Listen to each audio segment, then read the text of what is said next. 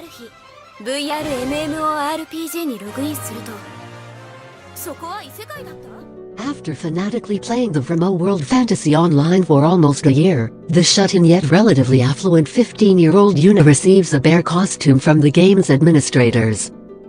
After accepting the bear equipment, she finds herself transported to another in-game world that prevents her from returning to reality.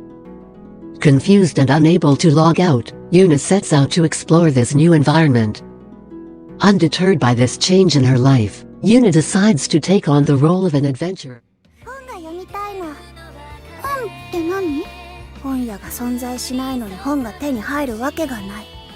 自分で作るしかないでしょ。Arano Motosu, who loves book, wakes up reincarnated as Mine, a frail 5-year-old girl living in a medieval era.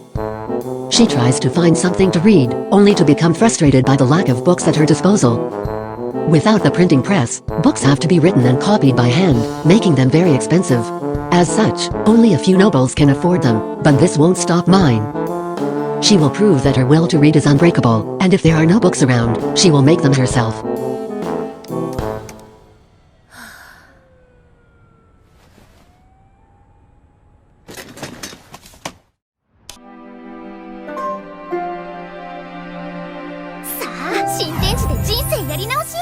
Having stood out from others most of her life due to her exceptional character, Misato Kurihara has lived without neither the joy of having close friends nor the experience of having a regular life. However, after a sudden death, she was transported to a divine realm to be reincarnated, and granted one wish to top it off. Thinking about the ordinary life that she had always wanted, she wished to be born as a normal person, with abilities that are average for the world she will resurrect in. Reborn as Adele von Asham, the daughter of a noble, she possesses magic powers completely exceeding what one would label average. Still desiring to carry out the life she wanted, she leaves her home and enrolls at a hunter school in a faraway kingdom using Mile as an alias.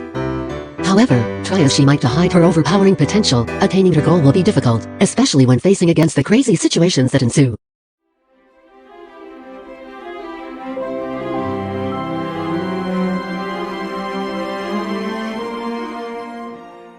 After many years of being a corporate slave, Azusa Iizawa abruptly passes away due to severe exhaustion.